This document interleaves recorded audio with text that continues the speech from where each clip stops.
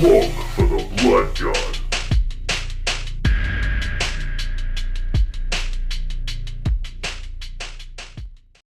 G'day guys, Dean from Blog for the Blood God here with an emergency update. We've just seen a leaked picture of the World Eaters Codex points values page. So I just want to go through that with you guys real quickly, talk about some of my really first hot takes, first thoughts, and then later on in the day I might put together a more lengthy video doing some more deep dives on this sort of stuff. But I just wanted to hit you guys with a real quick video talking about these new units and stuff like that. So straight out the gate, we can see that it's only a single page, which is different than several other factions which have multiple pages worth of units. In our HQ slots, we've got Khan for 140 points, which is more or less the same as what he is now. Then we've got the Lord Invocatus, which is the Juggernaut bloke we've seen previewed on the Warhammer community page. We've got a World Eaters Demon Prince. We've got a World Eaters Lord on Juggernaut. And we have a World Eaters Master of Executions. Interestingly, there's no foot-slogging World Eaters Lord, and your Master of Executions is now a HQ slot, so he's going to sort of fill that role, I guess. Really disappointing in my opinion. We've lost so many powerful units from our HQ slots, things like the Lord Discordant, and even things like the Warp Smith. I don't understand why World Eaters couldn't have those units, but I guess that's the decision of all-powerful GW. Alright, now we're going to look at the troops. We have the Jackals, which are 5 points per model, or 7 points per model, sorry, and they can take an Icon for 5 points, a Chain Blade for 5 points, or a Skull Smasher for 5 points. So these will be your little Beastmen looking dudes, and they're clearly a stand-in replacement for Cultists. Disappointing that there are no Cultists in this troop slot. And then we have the Khorne Berserkers at the same cost as what they currently are. So yeah, once again, I find this quite disappointing. I don't see why we couldn't have had Cultists. I don't see why we couldn't have had Legionaries. I don't see why we've lost all of these various things. Even the Accursed Cultists, I don't see why they couldn't have been a, World Eaters unit. Then we have the 8 bound in the Elite slot. So there's a unit of 3 to 6 models at 40 points each. And then we have the Exalted 8 bound, which is 3 models for 135 points. I'm going to guess these are bigger style beastmen. They might be like Minotaur men or something to that effect. Given that it's a small unit and they're 40 points per model, you'd expect them to be quite big, chunky units. Then our other elite slot is the Hellbrute, and then another one which is the World Eaters Terminator Squad. Interesting that there's no Red Butchers, we've just got the World Eaters Terminators, and we've also lost critical units like Chosen, etc. Then we go into our fast attack with the Chaos Spawn. Once again, really disappointing that we have no Raptors, no Warp Talons, no Bikers, none of the really core critical things that you would picture when you picture a Space Marine force or a World Eaters force. So that's really disappointing, and it's quite a surprise to me. Then we have our heavy support slots. So interestingly here we have a Chaos Land Raider, Predator Annihilator, Predator Destructor, Defiler, Forge Fiend, Mauler Fiend. So we've lost things like Havocs. Again, a really interesting choice because they are represented within the World Eaters lore, that their Teeth of Khorne Havocs are a thing. So I'm shocked that they just took them away. I feel like that takes away and it doesn't really add anything. So I don't know why they did that, and that's really quite disappointing. All of these units appear to be more or less the same points as in the Chaos Space Marines book as well. Then for a flyer we have a Helldrake. A dedicated transport is a Chaos Rhino. Lord of War is Angron, and he's only 360 points, which is really interesting. So I was expecting him to be quite a bit more expensive, but quite a bit more powerful.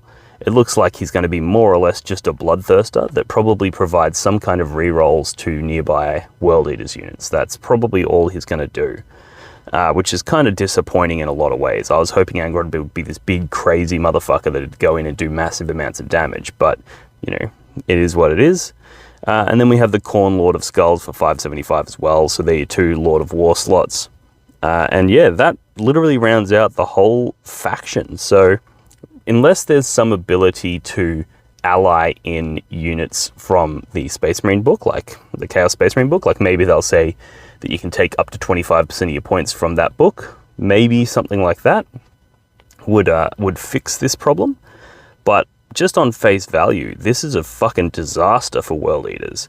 I do think it's interesting that we've essentially got confirmations that we're going to have Jackals and 8 bound, and Juggernaut Lords, but that's pretty much it. They're really not adding many units at all, so this is not going to be a very impressive release. This is going to sort of flop on its face, unfortunately. So yeah, let me know what you guys think in the comments below, and let me know if you want to do a more deep dive analysis on this. And yeah, I'll keep you guys up to date if any more information around the World Eaters is released. So thanks for tuning in, and I'll see you in the next one. Cheers. Look for the blood god.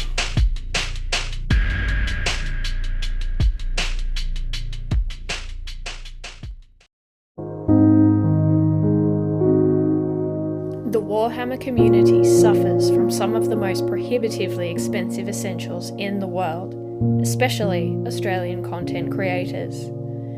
Every single day, Dean wants to create content, but he can't. Suffering from old, worn-out brushes, expensive model kits, and costly software and equipment he can't endure much longer. Just look at this dirty paint water. Would you drink this? Would you let your child? Even a small monthly donation can help provide Dean with clean paint water, basic tools for survival, and access to life-saving information and education. So please, follow the links in the description below and find out how you can sponsor a mad cunt like Dean today and end the suffering. Suffering that is cruel, unsustainable, and your fault.